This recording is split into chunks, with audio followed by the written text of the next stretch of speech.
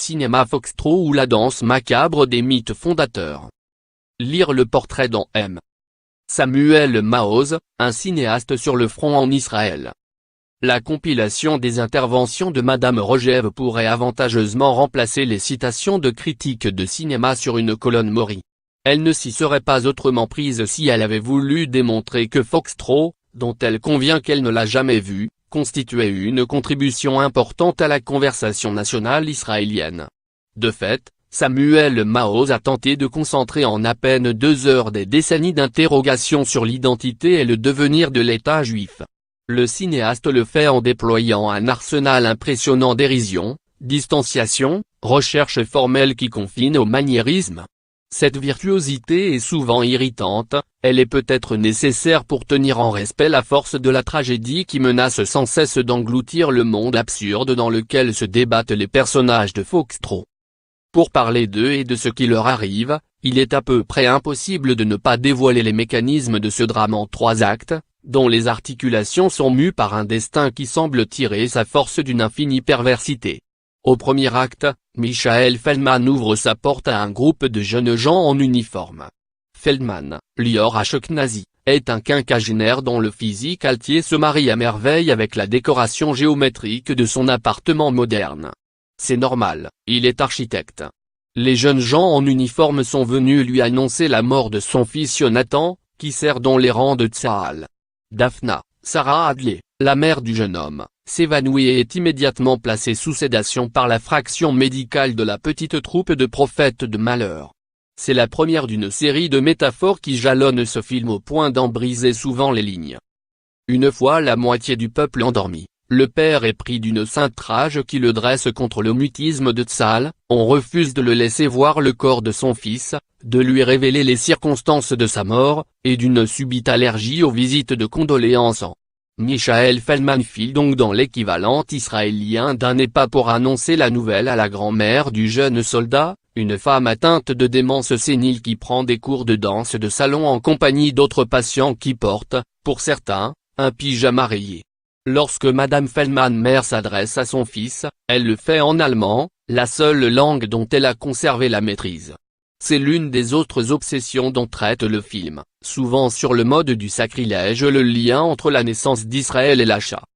Dans la seconde partie de Foxtrot, qui montre la vie quotidienne de Jonathan dans un poste de garde perdu dans un désert boueux, ce thème se déploie en un récit picaresque et sordide, qui explique la haine que voûte la mère germanophone à son fils. Là où le premier acte relevait d'un théâtre cruel et intellectuel, le volet central de Foxtrot entre de plein pied dans le théâtre de l'absurde.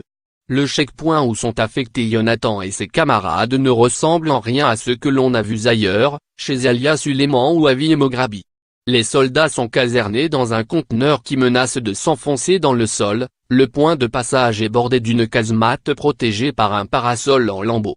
De toute évidence, ce sont ces images de soldats désabusés, chargés sans grand moyen d'une mission absurde qui ont suscité la colère de la ministre de Benyamin Netanyahou, plus encore peut-être que la séquence mettant en scène la mort d'un groupe de civils palestiniens sous les balles israéliennes. On laissera à chacun le soin de qualifier l'événement crime de guerre, bavure ou accident.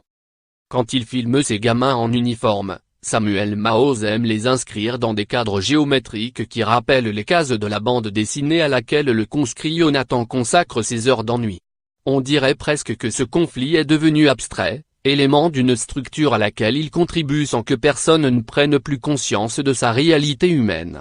Dans cette configuration, les Palestiniens qui, dans Foxtrot, ne sont jamais que les passagers d'une voiture dont on contrôle l'identité, n'ont pas d'autre rôle que de venir troubler une utopie dont on cherche en vain la pureté originelle.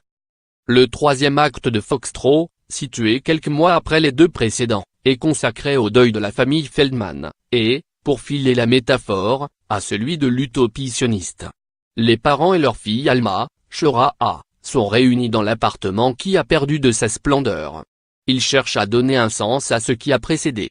Ces séquences à la tonalité sombre permettent à Sarah Hadley de donner corps à son personnage de mère, sans parachever tout à fait l'architecture ambitieuse dont Samuel Maoz avait entrepris l'édification. Le foxtrot est une lettre de l'alphabet militaire, mais aussi, c'est le cinéaste qui le souligne, Une danse qui ramène toujours les danseurs au point de départ. On pourrait presque reprocher au film homonyme de ne pas laisser ses spectateurs beaucoup plus avancés qu'ils ne l'étaient en entrant dans la salle. Samuel Maoz répondrait probablement que son propos était de mettre en scène cette immobilité gesticulante. Film israélien de Samuel Maoz. Avec Lior Ashkenazi, Sarah Hadley, Jonathan Cheret, AH53. Sur le web www.sdistribution.fr/film/foxtro/136. Nous n'avons pas vu.